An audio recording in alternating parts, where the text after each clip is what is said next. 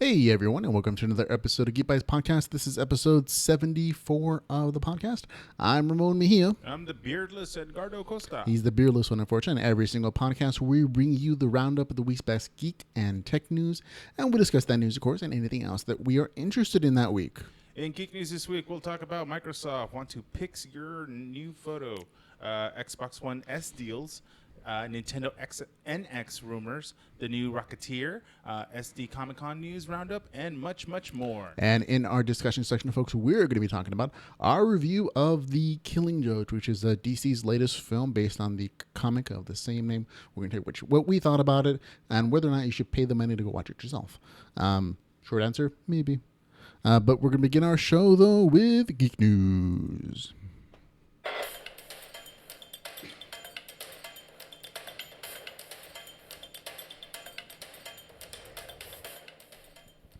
All right, we begin with Pix Photo app. Pix your best photo. Almost sounds like a tongue twister there for a second. Microsoft has a free photo app for iOS called Pix in the App Store now. The app continuously takes pictures and uses an algorithm to select the best one amongst 10 images taken after the camera button is pressed. It also does live images that makes still and live imagery to create a short video clip. It also reduces noise, adjusts contrast, and white balance. Recodes any notes. The app is one of several recent efforts to go directly from Microsoft Research to the market. Yep, absolutely. Now, this is kind of a very interesting move on Microsoft's part to create an app that actually competes with Apple and a lot of other different applications for photo stuff. But I think it's a space that they can work with, especially if it's going to be a better product. Microsoft seems to be shifting a lot more from just their core operating system and hardware stuff into a greater variety of third-party applications or things like this.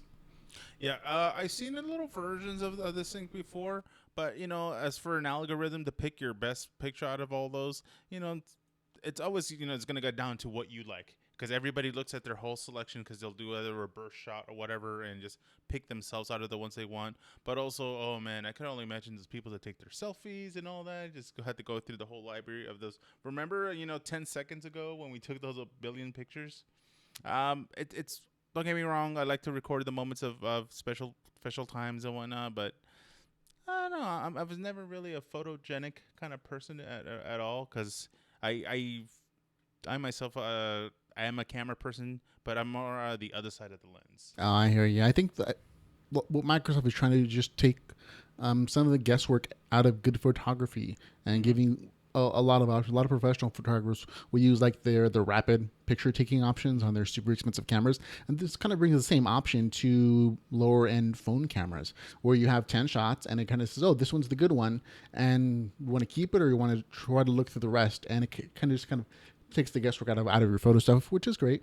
Those SLR cameras, those big monsters with those paparazzi style ones, those are actually really cool. But again, they're big and bulky. But the phones have been evolving; that they're almost just as good. Just as good. You're absolutely correct. Now, moving on to our next story, we have Nintendo NX rumors. Now, Eurogamer has reported, sources tell that Nintendo NX will be a high-powered portable device running on a successor to NVIDIA's Tegra X1 mobile chip with its own built-in display and two detachable controller sections. A dock will allow it to be used with a TV, and it will supposedly use cartridges for games to supplement downloads. So this is kind of cool to me. I know they're kind of falling back, not in a bad way, of the retro, especially going with the cartridges. Because don't get me wrong, cartridges were always awesome. It's obviously what some of us grew up on and whatnot. I don't know how you hit the blow in it in case it doesn't work or pass out, or everybody has that one little trick to do to get their Nintendo games up and running. Yeah, one of those life lessons you learn. You blow on it until it works. I thought it would evolve with the times and actually just become more download friendly kind of things. Nothing against once again with the cartridges. I myself, there's a Wii system in our house, and also there's the Wii, the Wii U. But honestly, it just hasn't been enough to take over our lives. I kind of wanted to pick it up for the retro gaming, but especially with that new mini NES console system that's going to be running off it, I feel like it's fun. It's retro, but I talked to you earlier about this one. let's call it a fan-made 3D printed version of the NES thing, but it has an SD card slot. He even made his own little 3D printed cartridges on there that you could actually modify and, of course, and put whatever games on it. You could even, of course, you could print your own label on it, which was awesome. And it just, I wish that version was made by Nintendo instead of the mini one. But as for this system, nothing's right now sticking out. You know, we haven't heard any VR news on the Nintendo, even though that's something that everybody's going to be tapping into. But even the games, other than Zelda, other than having Mario Maker, there's no new Mario that's kind of like gonna like blow everybody's mind, other than Brawl. No. The stock drop for Nintendo Wii U because nothing was selling. There were no games for it, unfortunately. And we have a comment actually from Arturo Destructor Sanez. He asked that we be more excited. Hey, we can be excited looking. I'm always excited for some reason or another in the chat room. So thank you for the comment, Arturo. Mm-hmm. We'll be more than happy to try to look more excited. But going back to Nintendo, their stock dropped recently because of both Wii U sales not picking up, and also because their investors found out that they don't make Nintendo's the Pokemon Go, which is hilarious to me because their stock like doubled or tripled, whatever it was, because people thought that Nintendo made Pokemon, and they're like, no, we only have a 33% stake in the Pokemon company, and we don't make the game. And so their investors were like, oh, well, never mind, and just took their money out. Real quick, for our tour sons, you want a little excitement? Hold on. Extreme! There you go. That is totally excitement available. So, Toro, you got what you wanted. Now, we went to our next story, though. Rocketeer, which I'm happy about. So happy. According to the Hollywood Reporter, Disney's Rocketeer reboot will be called The Rocketeers, and it will introduce an African-American female character who will set up to become the new Rocketeer after the original hero, Cliff Secord. Disappears during World War II. The new Disney hero will also is also a pilot and becomes the Rocketeer to protect the jetpack technology from an ambitious and corrupt rocket scientist at a potential turning point in the Cold War. So if you've seen the movie, Nazi action. Nazi-ish action. With the Cold War, they're not really Nazis anymore. Wouldn't they be like Soviet Union people? It's evolved. Yeah, yes, so I mean, maybe tail end of World War II. Yes. But Hans Limos in the chat room says, hey, he made it on time. So appreciate you joining us, Hans. Thanks for taking the time to watch us. Mm-hmm. But I'm really excited personally for the Rocketeer. So it was one of my favorite movies growing up. It's just the idea of like strapping a rocket pack on your back and just taking flight. It's kind of like the proto Iron Man kind of storyline where it's just an ordinary dude using technology to jump, there and be a hero. It's very retro, and I love the Art Deco style that came along with all the artwork for the movies, the posters, the set pieces. They were very stylized, and I love that about it as well. It was awesome nostalgia versions for me. I love the old 50s feel on it. They actually had I don't know if they still have it, but in California Disney, they actually had the Rocketeer kind of display. They had it like a mannequin up on how it was almost like as they called a hidden Mickey kind of thing of it. But it was really cool. I loved the movie. Like you said, it was like pre Iron Man, because all he wanted to fly. No lasers, jetpacks, or anything. He literally carried a gun.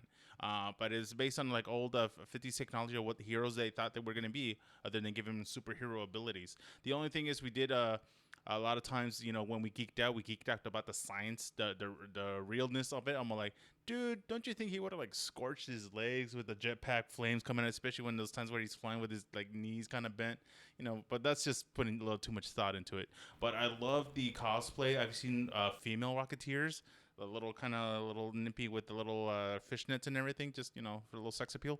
But the leather-bound jacket, the metal helmet, of course, the jetpack itself, all amazing. Just loved it. I wish I could have it. Super classic. I think one of the more easier cosplay outfits, in my opinion. Now, Hans Lima in the chat room is asking, is it true that an African-American female is going to be the new Iron Man? And the answer is yes, she's already the new Iron Man.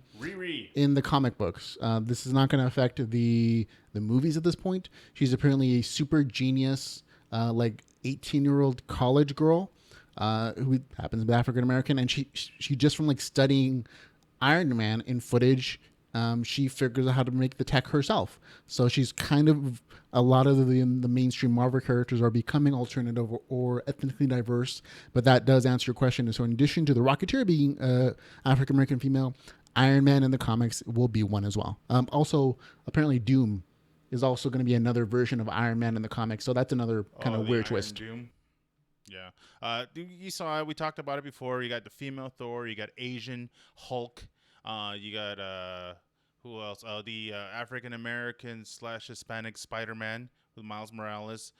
It's a whole alternative, but not necessarily in a bad way. You know, it's all about diversity, which the world is. So I want to I see love more. personally seeing heroes that look like me, just like everyone else does. And so when you have a diverse community, you get more people willing to spend their money to watch these movies and to buy these comics. And to be honest, the comic industry as a whole, publishing, is kind of going down. So I understand why they're trying to make their characters a little more appealing to an audience that may not be as in love with them as they are in the classic characters. Oh yeah, I want to see more and more. And if anything, obviously with like Disney, it they tap into Polynesian / Samoan / Islander kind of thing. But they have with the Rock, of course. Rock itself, he is a superhero.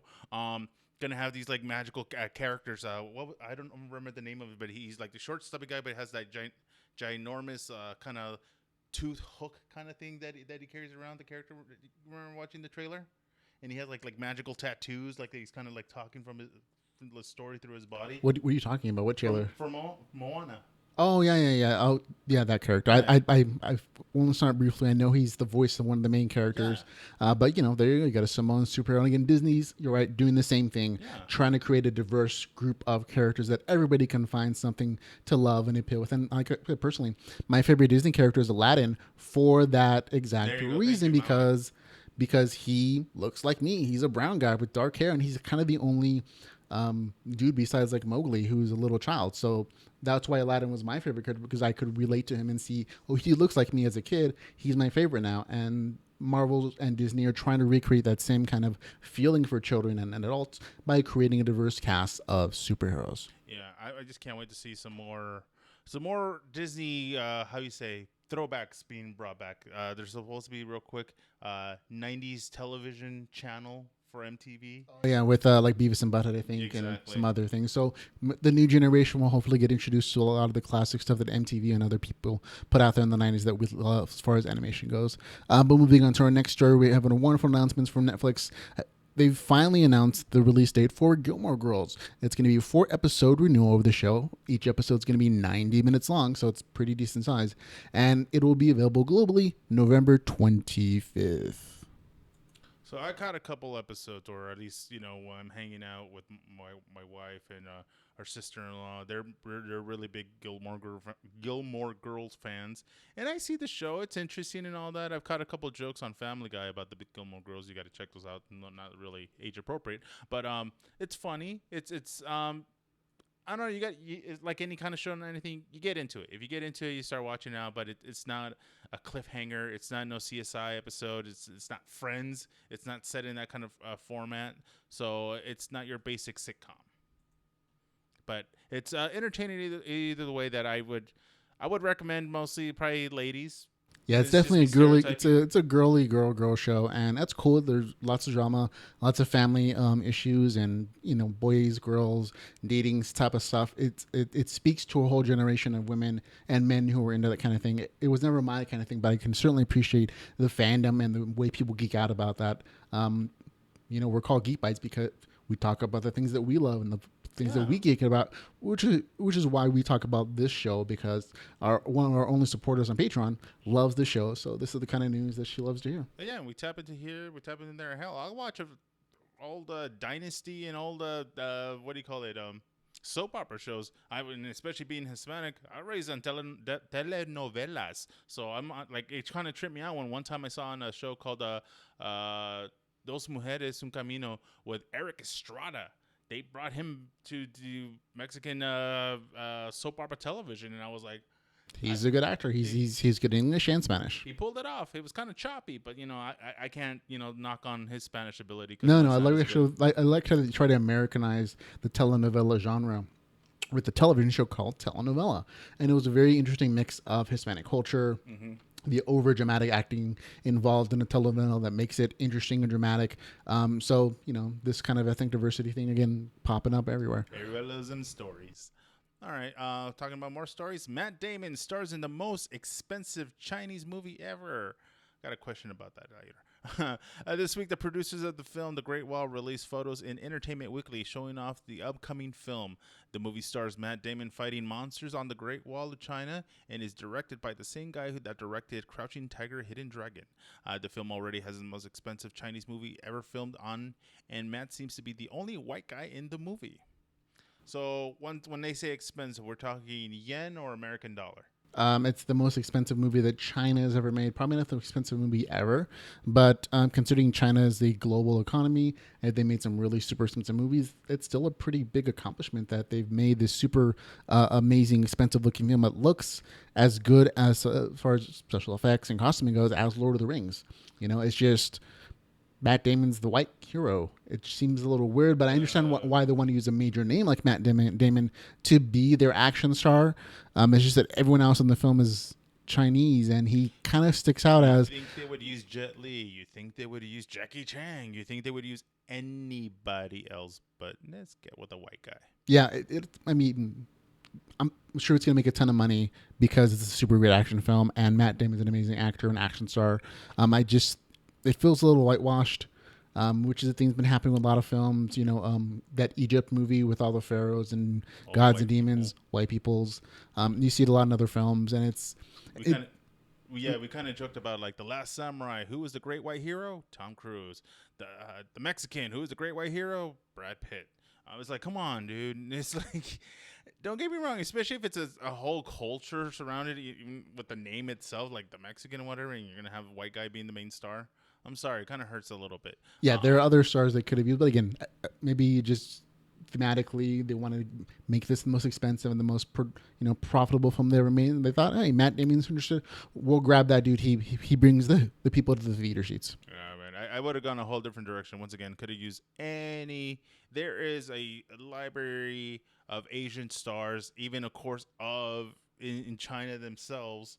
They have a whole list of laundry up and down that anybody could have been the hero. One of my favorite movies that I saw, I heard he was actually I think a pop singer / model, but one of my favorite Asian actors, if you will. Have you ever seen the movie Ninja Assassin? I think so. Oh my God, it's so good, so good. I don't know his name. I'm sorry, I'm cursing it, but he was great in it. He would have been awesome in that. And even if you've seen those old, it's also kind of like a soap opera, but of like medieval Japan and whatnot. And they have very dramatic, and sometimes when they go all out with over exaggerated fights and stuff, they could use any of them.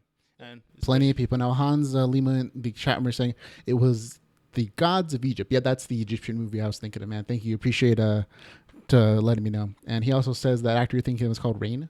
Yeah, I'll do the almighty IMDb search, but yeah, there are so many other movies that I could.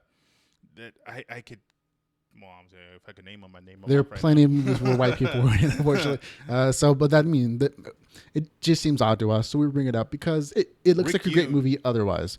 Now moving on to some Comic-Con news that we missed last week. We recorded our last episode on the Friday of Comic-Con San Diego. So we had 2 more days missing out on awesomeness, but so we're going to bring you the roundup of all the best Comic-Con news that came out last week. You probably already heard most of it, but we love to talk about it anyways, and we're going to begin with the announcement of Brie Larson as Captain Marvel. This was actually something that most people were considering. They thought it was going to be the work. She had put her name in the hat for the character, it was officially announced during Comic-Con San Diego during the Marvel panel that she was actually going to be Miss Marvel, or Captain Marvel, I should say. The characters are the same. Some Photoshop photos appear on the internet. She looks amazing in it. I believe Chris Hardwick added her to his cast of, all the Marvel superheroes in one place after the panel. It was kind of a fun announcement. And I'm glad to see that Marvel is taking a serious actress and putting her into their first female-driven comic role. Yeah, seeing her little filmography on her, Miss Brie Larson, did some pretty serious roles. Yeah, a couple comedic spots though. You got to admit, she was in Trainwreck and she was in 21 Jump Street. So, but she's also going to be coming out in a bunch of other stuff. The Kong Skull Island though, I saw a little teaser. She's on that. As well. That was going to be amazing. But she looks good. Everybody the rumors were like, oh, they're going to get like Ronda Rousey or her name, Brie Larson, sir. Brie Larson, BrieLarson. Yeah, Hans in the chat room asked who we were talking about, and that's who it is. Exactly. But, they kind of photoshopped her hair in the Miss Marvel outfit, and it's not the traditional kind of black one-piece bikini with the lightning bolt on it. Yeah, no, this is definitely the Captain Marvel outfit, which comes after the Miss Marvel thing when she's like kidnapped and her Kree powers are enhanced or whatever. So there's just a tip of the iceberg of a bunch of Marvel news that we're going to be getting into more. So let's, you want to? Yeah, next one is going to be Mystery Science Theater 3000. The new version is going to be coming to Netflix as well. Now, if you've never seen Mystery Science Theater, shame on you. This is an amazing kind of commentary series where they take old, crappy films and a couple of very funny characters and like a robot-looking animatronic thing, puppets, would comment and do like some of the voiceover work for this film, make it a bad film super entertaining. It's kind of a cult classic. If you ever have a chance to watch it on Netflix or Hulu, wherever, check it out. But it was canceled a very long time ago. And the series was kickstarted by Joel Hodgson as a new version of Mystery Science Theater 3000, and it got fully funded. Everyone was just wondering where the 14 episodes was going to appear, and Netflix bought it up. It's going to star Felicia Day, Patton Oswalt as the two main characters, the mad scientist, and comedian Jonah Ray is serving as the hapless schmuck stuck in the satellite of love. So of course, love Patton Oswalt. So anything with him, I'm pretty much on board. Mystery Science Theater to me it was kind of hit and miss because once again it's a cult following thing. If you saw it from the beginning, you're probably going to be a diehard to the end. But it was like pretty much you just see the shadowy outlines of a couple guys just talking about over bad B movies, and there were some jokes here and there, ha ha ha. But I didn't fall in love with it. Kind of a cross between just you have to love bad films and just this really love monster movies or just movies that aren't big blockbusters. And snarky commentary. And if you can love those two things, this is totally a series for you. Yeah. The only time I ever really like commentary is when I listen to the bonus tracks of like DVDs and whatnot. If I want to hear my celebrities, because they were the ones in the movie, so it kind of really makes sense.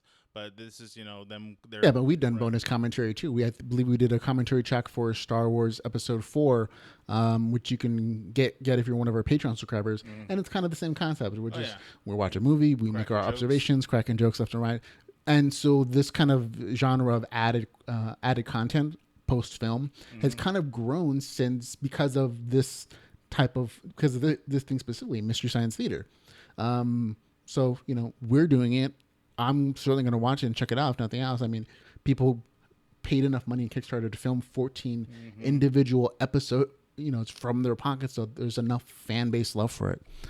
I say give it a shot. I'm not going to knock it. Once again, it has Patton Oswalt, so he has me. He is hilarious. Now, more news from Comic-Con, of course. Apparently, the Guardians of the Galaxy Disney theme ride is set for a summer 2017 release. Now, if you're a big fan of the hotel, was it Tower of Terror? The Hollywood Tower of Terror. I'm very sorry for you because apparently they're replacing the Tower of Terror with the Guardians of the Galaxy themed ride. I was upset. I'm still upset, to be honest. I thought, it's classic. It's vintage Hollywood, even though it's obviously generically made for that, to look of that era. They could have used a whole different section. They could have used a whole different area for it. Or built something new, heaven forbid. Take over some other places that actually people aren't visiting and, do something with it. But, the Heroes is where it's at. But I guess there's, it's all a business move. So obviously there's not enough people going to the Tower of Terror to get them to keep it as is. Well, it's definitely, I think it's their most fun ride in my opinion. Yeah. I think spinning it off again, the honestly kind of makes sense with the movies being as popular as they are. So it's kind of like a double whammy. This is our best ride. This is our newest property. So we're gonna cram as many audience members and ride seekers and get those kids into this new ride and not have them freak out because they can see the landscape as they fall. So anything that's Tower of Terror, if you want collectible, you go get it now because the only other place you'll be able to get it is in Florida. I would understand if they did it to Florida instead, but no, they did it here to California. But go check it out. I think it's going to be fun. They had a little video vignette with one of the Imagineers that's done a lot of the rides. I forgot his name, but he has this monster long stretched out piercing with a bunch of things dangling on it. They're saying it's going to be kind of like walking into the collector's collection, pretty much collection. Yeah. Where you're gonna see little things under glass and whatnot, and of course little. Hey, maybe we'll see Howard the Duck there. That'd be awesome. Yeah, that'd be awesome, but he's a little mouthy, so we'll see. They can only allow so many things coming out of him. I'd like to see him and Donald Duck crossover though. That would have been awesome. Having like maybe a piano off. like in the Kind of old, like in Daffy yeah, Duck yeah, and yeah. Who Framed Roger Rabbit. Now, Hans Lima in the chat room asks, what do you guys think of Flash's suit in the Justice League footage? We're actually going to be showing the trailer in a little bit. In the live feed, you're not going to see it, but on the recorded version, you'll see the trailer playing as we talk about I it. But liked it. I thought it was cool. I actually liked his casual outfit more. I like it better than the TV show, to be honest. I don't like it as much as the TV show. That's me personally. I'm a bigger fan of the Flash television show in general. But I did like the guy who plays the character. He feels a lot like Quicksilver in his snarky attitude and like the lightning stuff that happens when he walks around. But we'll have to wait and see for the full movie to come before we can give like a real, official opinion on that. Yeah. Now, moving on to our next bit of Comic Con news, we have Black Panther. There's a great panel for Black Panther at San Diego Comic Con. We have the link for it in our show notes, of course. But they did announce that the villain for the movie is going to be the Eric Killmonger, the genius insurgent who's destabilized Wakanda multiple times in the comics. He'll be played by Michael B. Jordan, who you probably know better from the Fantastic Four and Creed. That's going to be way better role than, I'm sorry, the Fantastic Four. But Creed was good. Creed, I've heard nothing but awesome things about Creed. As for Black Panther movie, I cannot wait. The little snippet video, if you guys seen, God, which movie was it? Civil War. If you guys saw Captain America Civil War, the little like post-credits kind of thing, they just give you kind of a little glimpse literally into the world of Wakanda. And it looks beautiful, gorgeous. Oh my God. Lush green landscape. What you've seen in the comics is what they're going to put on the screen for a Black Panther movie, and I'm looking forward to it. They already announced also Michonne from The Walking Dead is going to be one of the private Wakanda all-female elite guards. So I think that's going to be a wonderful addition well to the cast. One of my things, this is going to sound so racist, but not in a bad way. It makes Africa look so great, makes everybody want to go to Africa. I want to go to Africa. I like, don't get me wrong. There's the realness of what parts of Africa is like, but it just makes it look so awesome. It just makes you like, my God, how come we can't be that?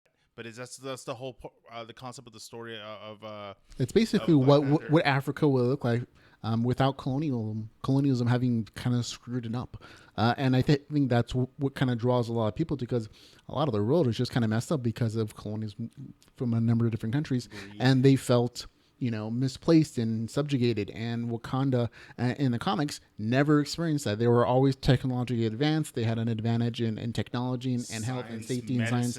They're the most advanced country in the entire Marvel, world. Mm-hmm. The Prince of Wakanda is smarter as Tony Stark. He's richer than him as well. So I mean, there are a lot of pluses to kind of promote a better view of ethnic communities. Yeah, so I'm not expecting everybody to start putting up the black fist and all that kind of stuff, but it's gonna be awesome either way. I was always a fan, because to me he was almost like an alternative version of like Batman. Yes, his dad died eventually in the movie and whatnot, but he was also like like a Dark Knight. He to me he always looked like a luchador. So he was like a wrestler in my mind. He does have weapons, but he really didn't use them because he was mostly like a grappler fighter kind of person. They don't play up his detective skills enough, but he's certainly smart detective wise, college educated, runs a whole country, so great for him. Now, in other Comic-Con news, it was revealed that Spider-Man Homecoming actually showed some footage for Spider-Man Homecoming at the con. It hasn't been leaked yet, and it hasn't been shown as like a trailer or anything, so I'm a little jealous that I never got to see it. But they did show that there are going to be 3 villains: the Vulture, the Shocker, and the Tinkerer. So it's going to be a 3-villain movie, which seems a little unusual. 3 villains. Yeah, 3 villains. Shocker. Yeah, as an intro movie for Spider-Man Homecoming, but they're also not going to really tell Spider-Man's origin story either. So maybe one of these is a throwaway here supervillain or something, like his first guy he kind of heads out at. I hear they're going to focus more on the Peter Parker side of being a teenager with superpowers kind of thing. But, I'm going to give them credit until I see it. Hopefully they'll do us right. I know very little of the Tinker. I always wanted to see the Shocker in any of the Spider-Man movies. He was one character that I'm surprised nobody ever picked up. And of course, Vulture. Vulture's always been a pretty cool character. They showed a little, I guess it was concept art or what it looks like. Kind of funky, a whole different take on the wings. It actually had the drone-like propellers kind of attached to them, and like an added boot claw to simulate kind of like a vulture talon kind of thing. They always kind of trying to like mess with the original stuff, and you don't need to. It's cool the way it is, man. Give them wings. Hey, just modify, if not adapt, the Falcon kind of wing technology they did for the Civil War. But Shocker was always cool to me. Once again, he kind of looked like a luchador. It was always awesome to see. I kind of didn't understand for the longest time, especially watching him in the cartoons and the comics, why he had like kind of like a yellow fishnet kind of deal. But I was like, I don't care. He looks awesome anyway. Yeah, electricity is always cool. Yeah. Now, another announcement they had was that the WB and animation, they're going to make a Harley Quinn and Batman movie, and it's going to come out in 2017. This is really just kind of playing off the extreme fandom that's surrounded Harley Quinn coming out in the Suicide Squad. She's already a ton of fans. The movie hasn't even come out, and so they've already devoted a whole animated film to her and Batman. Well, Batman, of course, cult following. Harley is evolved so many ways. You got the animated series where she first debuted. You got your video game version. You got, of course, Suicide version that's coming out in the comic books. There's no going wrong with this girl. She's just entertaining from bottom up. I'd watch her read the phone book. It's one of those kind of girls because she has that awesome voice, her persona and all that. I don't know if she'll ever get her own. Well, obviously animated, I could understand, but I want to see if anything, if she does get her own movie, I got a feeling it might be like what was it? Could be like the all-female villain, super villain kind of movie. Her and Poison Ivy and There were the Sirens, right? and Gotham City Catwoman. Sirens.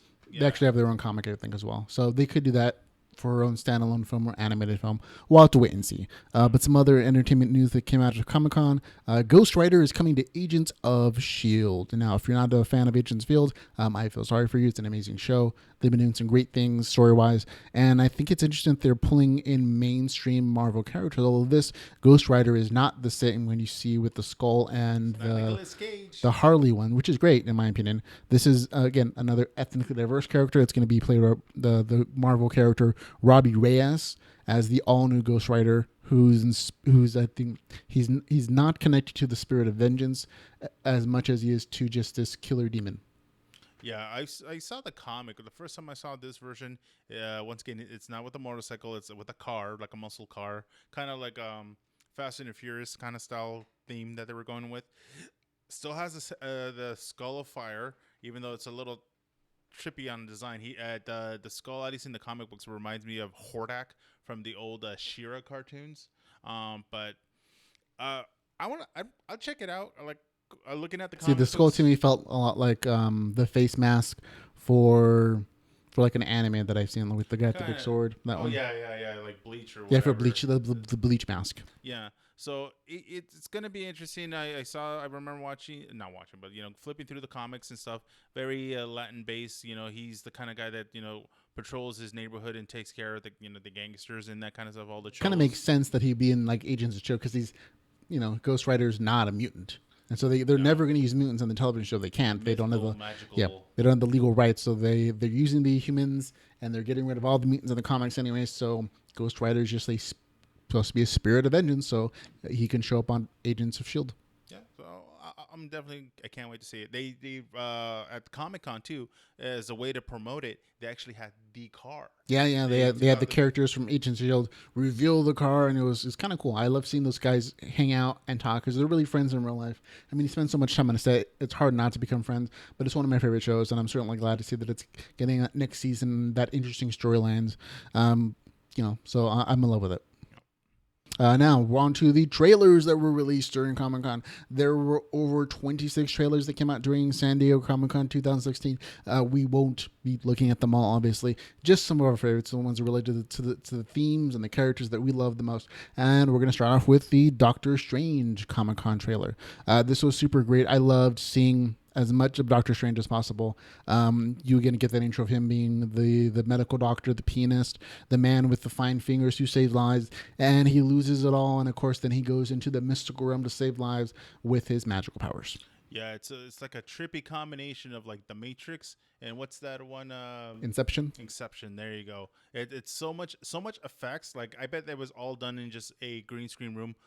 The whole movie should have just been in the green screen room. That's how it should have been. A lot of it probably was, and it saved them time. But again, it's worth it. There's definitely a good martial arts magical, mystical version. And this is going to be the first film where they're really showing magic, and they're not making it goofy and parlor tricky like, magic, that kind of stuff. It's going to be more like a superpower in a sense.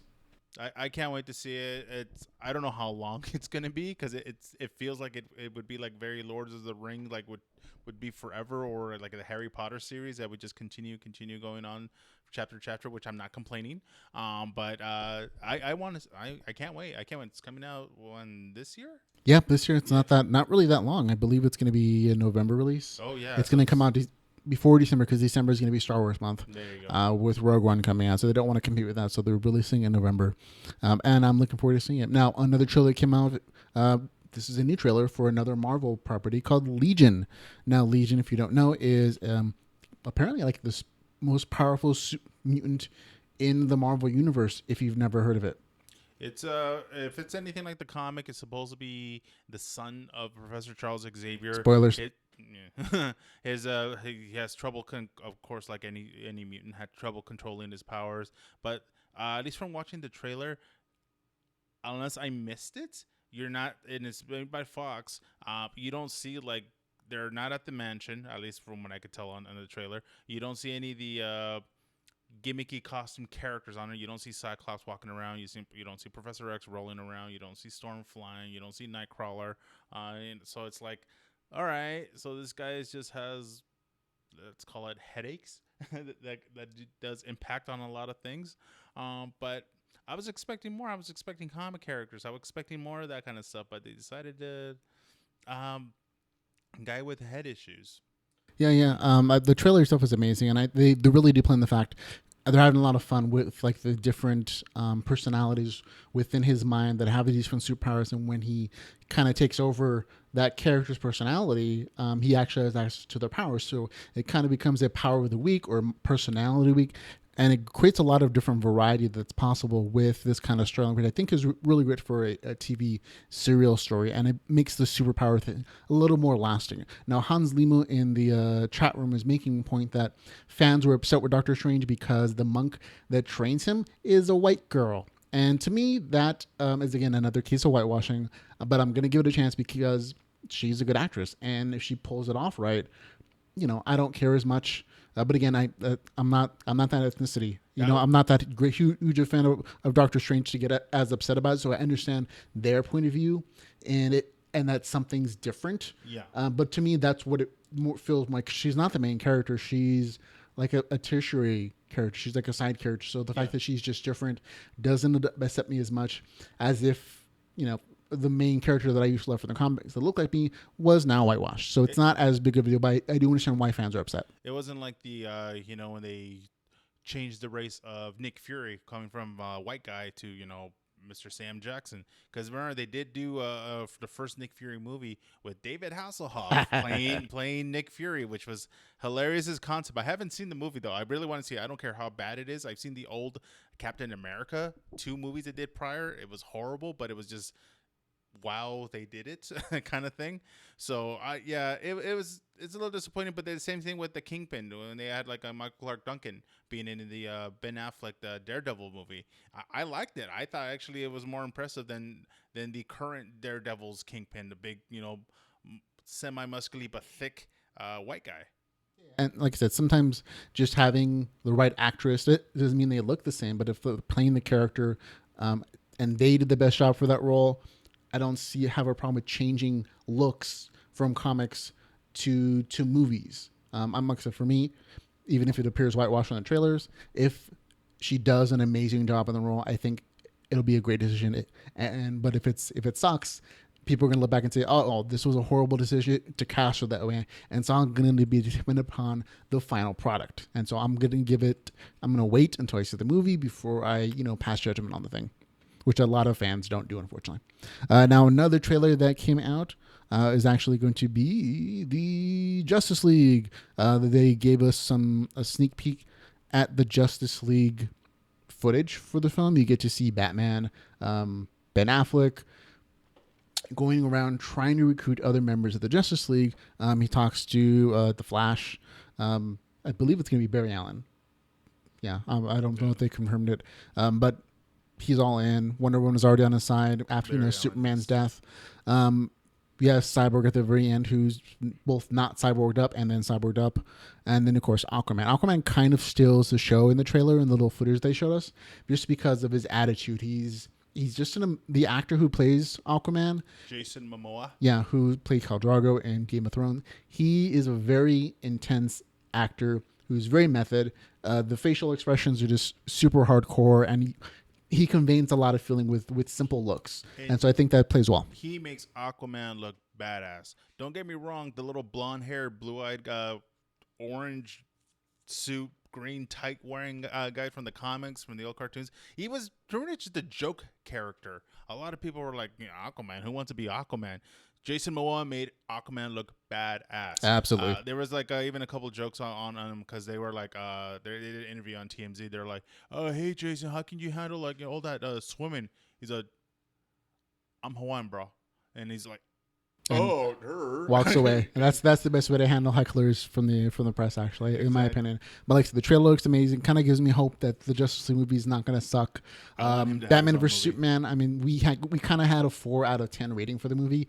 It was okay. Go into reasonable expectations, you're going to have hopefully a good time. If you go into great expectations for these movies, some disappointed. But this thing's creating good expectations for me. And just watching this little snippet of film from the movie, there's a lot more banter, there's a lot more fun, there's a lot more excitement. It's not nearly as serious. From the clips we see, I think Barry Allen's going to add a lot of comedic relief in the movie, the same way that Quicksilver did in the Marvel like X-Men movies. Flash though has been the jokester, if you will, and even in the animated series, being the fastest man alive, there was a couple sex jokes there between him and Hawkgirl. But it's great. It's awesome. I want to... Honestly, I still want to see an Aquaman movie. There was jokes about... not jokes, but like stories of... each one of these characters is supposed to have his own pre-spin-off movie to lead up to the Justice League. Yeah, well, Aquaman's getting his own movie. Oh, yeah, but I was prior to this because he just made it awesome, man. It's like made me just want to just... I mean, remember, this film is still, I think, like at least a year and a half off. Wonder Woman's already done finishing. They released a trailer for that one as well during Comic-Con, the actual official first trailer for Wonder Woman. It looks amazing. It looks very much like a period piece where you're not sure which period you're living in, because on the island of Themyscira, it feels very much like a Greek movie, like an ancient Greek film. Everyone's dressed, period piece according to like toga-ish. Toga-ish. It's an island full of women's... which is good for the guy who gets stranded there, I guess. But then they skip into World War, I think it's 2. Okay, we'll say World War 2. And then there's that war stuff, and I think that it makes it a very interesting film, a combination between classic Greek literature and styles and World War 2 era, costuming, weapons, and it's a gigantic conflict. I mean, the conflict of World War II is so huge, it kind of dwarfs what happened in Batman vs Superman. That's how big of a scope that it has, and I think it's good that Wonder Woman, that classic character, is going to be fighting in that one. They're not making like a modernized version of it. They're setting it in the correct time period according to the lore. And once again, she's going to take off. Is going to give a bunch of girls, millions of girls all over the world, inspiration to wear the little skimpy skirt and bustier combo. This from the guy who just had his kid, which is why he's saying this skimpy part. Otherwise, would have been those hot legs and that hot skirt. Show me them titties. But anyway, I think it's going to look awesome. It's going to great. Once again, you're going to see a lot of girls dressing up as her. It almost kind of feels, especially because it is with that old school wartime, is like, where does Captain America come out? Like, because it feels like it's just it feels like that same kind of thing. You're absolutely correct. Which is why I think this is actually done to me a little bit better with her patriotic attire. Oh yeah, because that's what I'm thinking. Hans Zimmer agrees that that Wonder Woman looks beautiful. By the way, so good job, Hans. I feel like it's gonna. They learned from Captain America's movie with being a quote unquote timepiece period.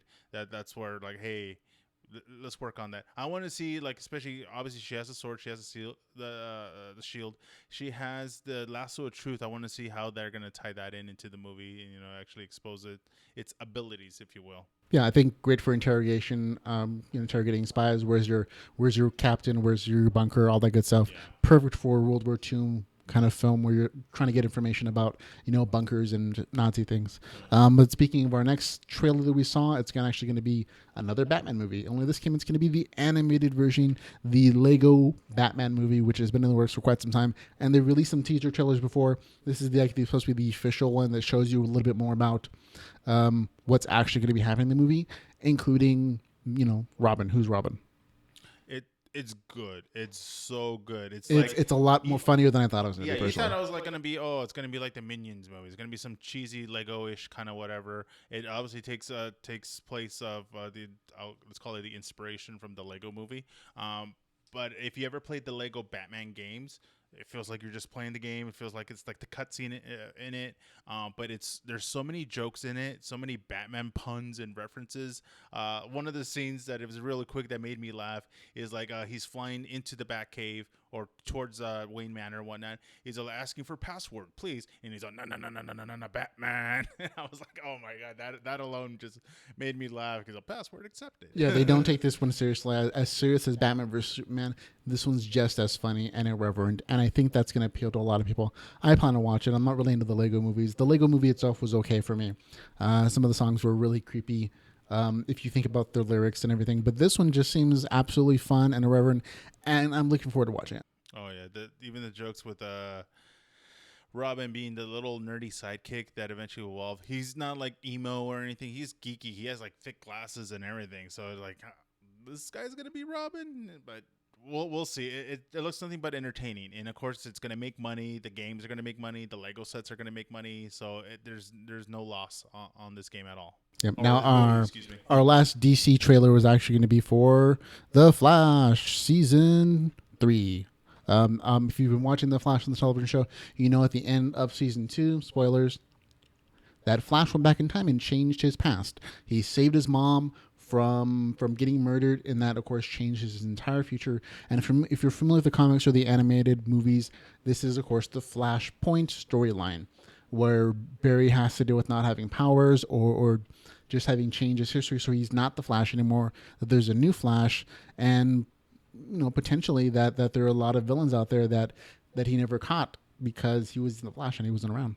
Yeah, I like that. I haven't finished season 1 yet, but it looks so good. I was like, I'm not even a DC fan, but it got me. It made me want to watch more. I'm just hoping that I might not have that one crying moment like Kevin Smith did in the whole mommy scene.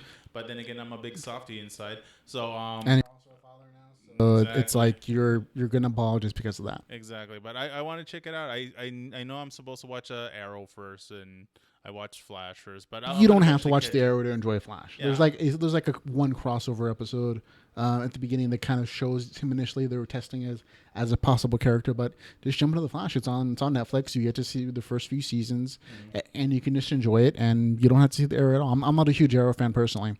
I enjoy a topless dude as much as the next guy, but the Flash kind of does it for me a little more. But yeah, it's gonna be entertaining nonetheless. As Kevin Smith calls it, the shirtless boy network.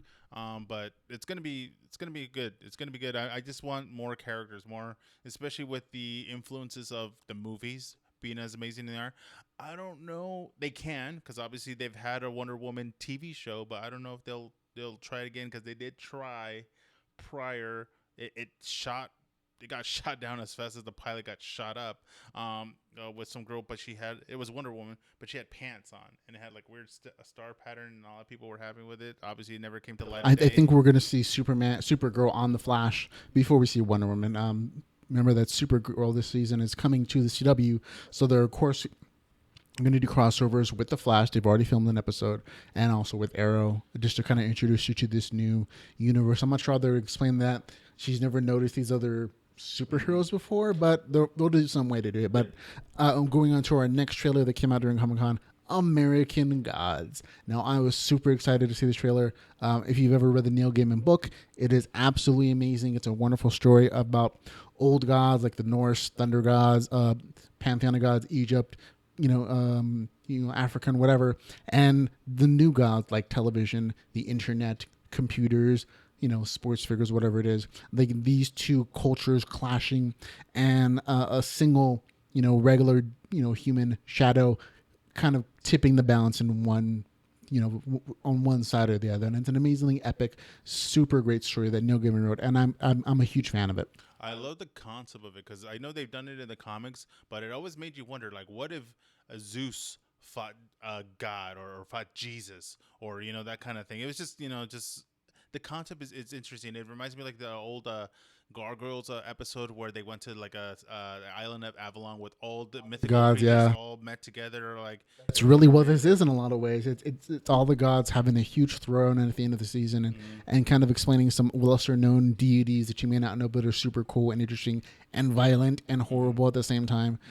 It's that kind of show. And Hans Limu in the chat room is asking, what do we think of the actor playing Superman in Supergirl? That's right, we forgot about that. They did have that teaser though where they had like them standing together, but they didn't really show their heads. But you could tell it was a Supergirl and Superman. But Yeah, they revealed that Superman is going to show up on Supergirl front, so we're actually going to see his face, and they cast an actor, and they revealed it, and they actually showed a promo photo of them together, and the promo photo looks crappy.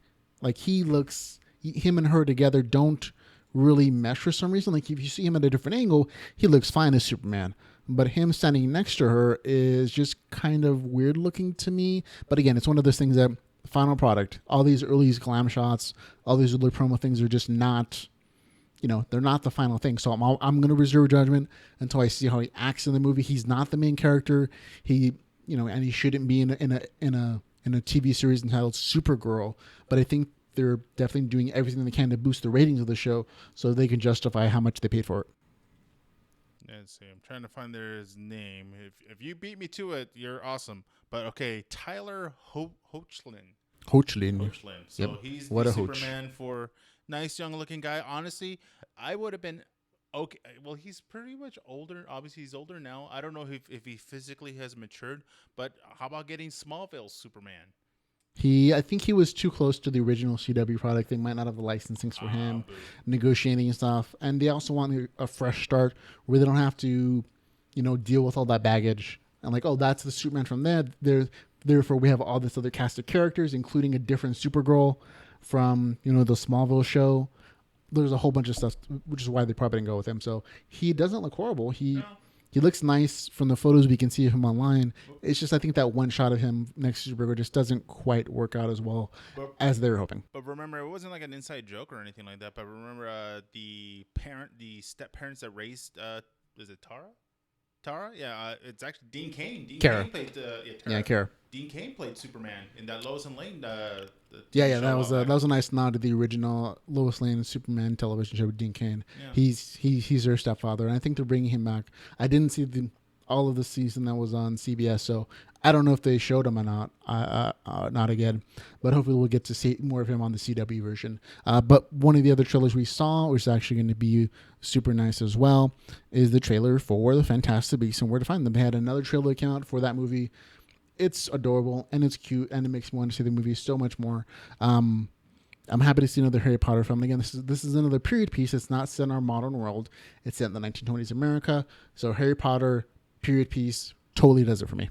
Yeah, and they also tap into a little bit of from kind of like American Gods, where they tap into some of the mythologies of Native American folk, not just Native American folklore, but American folklore. Yeah, J.K. Rowling has been introducing article after article on the Pottermore site about giving some details about the houses, how the American Hogwarts was established, Ilvermore, the different houses and what they mean. There's a great story there. Go read it on Pottermore if you're into Harry Potter at all. You're doing yourself a disservice if you haven't read the stories. They're pretty good. But the trailer was nice too. The trailer's definitely nice. It almost feels like, I want to say like almost Disney inspired, just because it takes place in America and all this. It has a happy-go-lucky kind of thing going on, right? Like, especially with the new monsters you're going to see. But then the last trailer that we loved, or that I love personally, that was shown at San Diego Comic-Con, was going to be King Kong Skull Island. I think it was great. Again, you get to see Brie Larson in the movie, in the trailer as well. This feels like a better King Kong movie. The first one was okay. You could tell they did a lot of homage stuff to the original King Kong. This one is just action-packed from the get-go, from the trailer anyways. You get to see Samuel L. Jackson, Kristen up a storm. You get to see, like Vietnam-era weaponry and technology, and that King Kong is still kicking ass and taking names on his island. Yeah, semi-modern.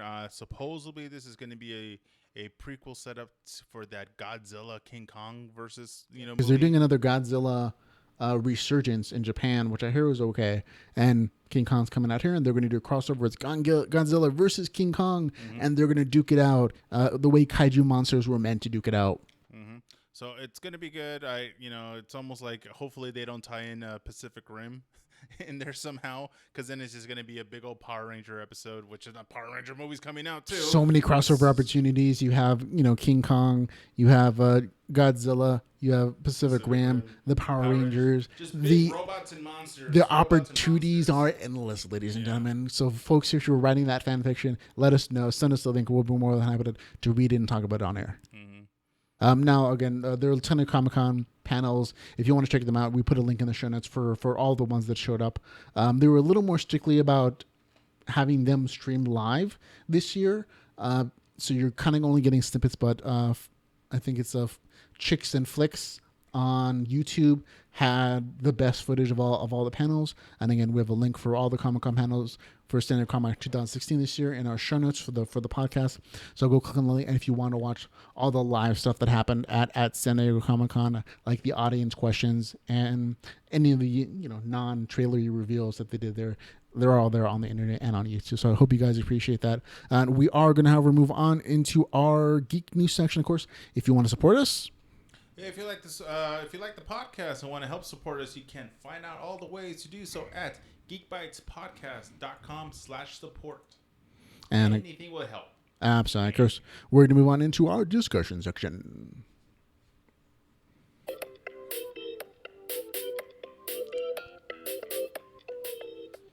And of course, in our discussion section, we talk about anything that we're interested in that doesn't quite fit in to the rest of the podcast. And this week, we're going to just give you a quick review of what we thought of Batman: The Killing Joke. So we watched it. I did a digital download, streamed it to my television. It was the day after it showed up in the theatrical release. What did you think of it, Edgar? Honestly, it was good, but I felt like it was lacking something. It kind of like missed out. I don't know. It was good. It was entertaining, but I don't know. It seemed almost a little lackluster. But overall, we didn't watch it in theater. We kind of were going to do it because of work schedule didn't happen. But we did get to see it the next day. It was good. It was The Killing Joke, I gotta say. Killing Joke. It was kind of interesting to see this version of Batman. Usually in any kind of animated series, they always kind of tweak Batman's look a little bit. This time his ears, instead of just pointing straight up, they were kind of almost horn curve kind of shape. Yeah, which is totally appropriate for the comic book art style. They did a really good job of preserving the artwork from The Killing Joke and transporting it into the animated version. Now, real quick, Hans Limu in the chat room is saying they finally revealed Kakashi's face. If you're not familiar with the Naruto's franchise, Kakashi for most of the series has had a mask on. It's kind of a running gag that you're never going to see his face finally. And the latest episode after they finally showed off his full face, and the fans went wild. There are plenty of reaction videos on YouTube if you want to check that out. Yeah, but it was it was super entertaining to see the fan reactions mostly. Yeah. But going back to The Killing Joke, it was The Killing Joke. I mean, the comic itself is not. It's not a super happy, go lucky, good conquers evil kind of comic. It's kind of a thinking man's storyline where they question assumptions about good versus evil. What's good? What's evil? What's the real difference between the Joker and Batman? I mean, they kind of infer. They give you backstory on the Joker in the film and the comic. Spoilers. Interesting. Where the Joker came from. It's one possible storyline. Where he's just a family man and he was a comedian and he just wanted to feed his family and he needed one big score to get him out of squalor, and so he put on the costume and his family dies and he's it's just a botched robbery and he falls into this pad of chemicals and it drives him crazy and he becomes a Joker, in part implying that Batman did it. Him becoming the Red Hood character, that was kind of interesting because I knew very little of it. Once again, not a huge DC fan, so very little that I knew. There was I want to call it, like you said, this storyline version of how the Joker became the Joker, because there was this other hints that he was a clown at a circus kind of thing. Yeah, I think there are several versions that float through the comics of where the Joker came from. Mythology. Yeah, and I think part of it's all totally valid because the Joker's crazy. Yeah. So he may not really remember where he came from originally. He might have different broken memories that piece themselves together and then split apart to form different memories in his mind as to where he came from. So if you think about all the different versions of the origin story of the Joker, whether it's the Tim Burton version or the Dark Knight version or the comic book Oh version of yeah. the Dark Knight or from this one, they could all be real to the Joker in his mind, and so they all kind of coalesce in that crazy kind of way. But in this particular storyline, the Joker apparently takes his madness too far. He has something to prove to Batman that Batman and him aren't really different. It's just one bad day difference between the two characters. And he assaults the Commissioner Gordon, and it's inferred in the comics and in this animated series that he rapes Barbara Gordon. I And I think that was something that was a lot more apparent here than it was in the comics. Yeah, but even it being a rated R cartoon, I think other than just using the word shit once, I think I heard in it. Maybe the word ass was used in it, but it didn't really tap into it because don't get me wrong. There's the hints of quote unquote a rape scene with Barbara Gordon and everything, especially spoilers after he shot her. In my mind of what the Joker would have done was dealing with lips. He would have put some chattering teeth up in there. But that's me. Plenty of other things that he could have done. You're absolutely correct. And again, this is really inferred. It's not publicly and outrightly spoken in the comic or the animated movie that this happened. It's just heavily inferred. So, but it's generally accepted as being part of the canon and part of why Barbara Gordon stops being Batgirl and becomes Oracle because she's paralyzed after this. But the other parts of the commentary that Joker and Batman aren't that different. That Batman he expects their relationship to end in one of their deaths, but every time he sees the Joker, he strives to be better than him, to take the path of righteousness, to not murder him, even though if he deserves it after all the bad things he does, especially to Barbara Gordon. And the Joker's like, I'm gonna push you to be me. Which that was kind of like the test with James Gordon, with trying to turn him into insane, trying to break him. But even though all that torture, all that mental anguish he put him, he told Batman, "We're gonna play this by the book," and he stuck through, and that's what kind of gave Batman the reason to stick to the book, Especially because in this particular animated series, they have a short half an hour ish early story before the Killing Joke begins. There's this story that's original that's added on top of it at the very beginning, but where Batgirl and Batman have a sexual relationship. And it starts off them just being partners. Again, this is spoilery as heck. So if you don't want to listen to it, go watch the movie, go watch the comics. Stop it here. Thanks for listening. But in the beginning of this animated short, it's Batgirl and Batman are partners. They're in crime. They're fighting bad guys. And Batgirl goes against this psychotic guy who's trying to woo her and sets her off balance. Because he's psychotic and he's trying to woo her with his charm, and it kind of works. And Batman pushes her away from this because he sees the danger for her there. And at one point, their argument turns into sex, and it's like literally, it's explicitly said. There's no nudity or hardcore sex, but she takes off her shirt and she's straddling him, and they fade to black, and it's pretty obvious that afterwards they say, "We just had sex. It's just sex. Why do things have to change?" So they're actually confirming that Batgirl and Batman, Bruce Wayne, have sex. So it's a thing. But it also kind of adds a little extra layer of why doesn't Batman kill the Joker after the Joker rapes her? Exactly. After he has all these pictures of her naked, after he shot her, to try to push Batman. So it kind of adds that extra layer of why didn't Batman? It kind of shows that the Joker was intentionally pushing Batman as far as he could to make him into him. Yeah, it's very kind of like ethics kind of questions, like if something happened to your loved one, friend, family, whatever, that would drive some people insane. But once again, Commissioner Gordon, it happened to his own daughter, but yet he was still put through all this other anguish and stuff. He was literally gagged, chained by the neck, naked, paraded around and whatever, and he still had managed to keep his sanity, if you will, and still wanted to bust him by the book. Because as easy as it is to kill somebody, as easy it is to just make somebody disappear, make somebody suffer or whatnot, he still had justice on his mind. And that kind of shows the difference between your hero characters and your villain characters. That it's always gonna be easier to give into your base instincts of murder, rage, whatever it is, and that it's the harder path to be the hero, to be the guy who follows law and order and protects other people, which is what Jim Gordon does and that Batman does. Which, so to me, it kind of epitomized, that's the core of The Killing Joke. That's, and again, it's this kind of a dry film. This is not. Yeah. There's not a super lot of funny action. It's not your general 3-story arc, which is kind of a little weird to me personally. It's a little bit of filler in there, but it for beat by beat, it was a faithful rendition to the Killing Joke comic. It's just that the comic's not as mass appealing as like the animated series is or the regular movies are. This is very much meant to make you think about something, and the animated film does that. And so to me, that makes the success. Other people found it to be kind of boring and dry, and that's fine. But if you go in understanding what you're expecting, if you've read the Killing Joke comic, I think you're going to enjoy the film as well. And in my opinion, I'm going to give it a 7 out of 10. It's better than average. It does what it's meant to do, but it's not as appealing as the other stuff. Yeah, don't get me wrong. You did enjoy a lot more the other Batman, if not DC related animated cartoons. Go watch Batman the animated series if you just want something fun and Batmanish.